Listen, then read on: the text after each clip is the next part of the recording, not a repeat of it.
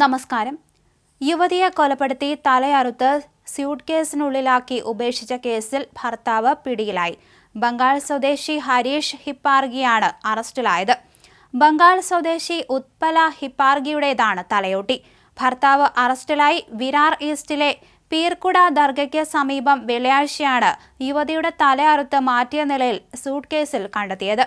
ബംഗാളിലെ സ്വർണ്ണക്കടയുടെ സഞ്ചി ലഭിച്ചതാണ് പ്രതിയെ കണ്ടെത്താൻ പോലീസിന് നിർണായകമായത്. കുടുംബ വഴക്കിനെ തുടർന്ന് 2 മാസങ്ങൾക്ക് മുൻപാണ് കൊലപാതകം നടത്തിയതെന്നാണ് പോലീസ് പറഞ്ഞത്. വെള്ളിയാഴ്ച വൈകിട്ട് പ്രദേശവാസികളായ കുട്ടികളാണ് സ്യൂട്ട് കേസ് ആദ്യം കണ്ടത്. കൗതുകം തുറന്നു നോക്കിയപ്പോഴാണ് തലയോട്ടി കണ്ടത്. കുട്ടികൾ മറ്റുള്ളവരെ വിവരം അറിയിച്ചതോടെ പോലീസ് എത്തി മേൽ നടപടികൾ സ്വീകരിക്കുകയായിരുന്നു.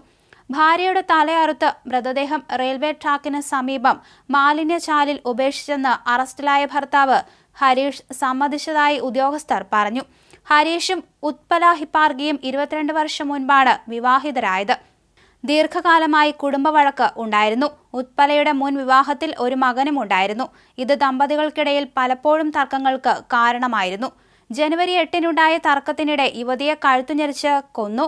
മൃതദേഹം വിരാർ ഈസ്റ്റിലെ കൊണ്ടുപോയ ശേഷം തല വേർപെടുത്തി ശരീരം ഒരു അഴുകുചാലിൽ ഉപേക്ഷിക്കുകയായിരുന്നു. ഉത്പലയുടെ വെട്ടിമാറ്റിയ തല സ്യൂട്ട്കേസിലാക്കി ആളൊഴിഞ്ഞ സ്ഥലത്ത് ഉപേക്ഷിക്കുകയായിരുന്നു.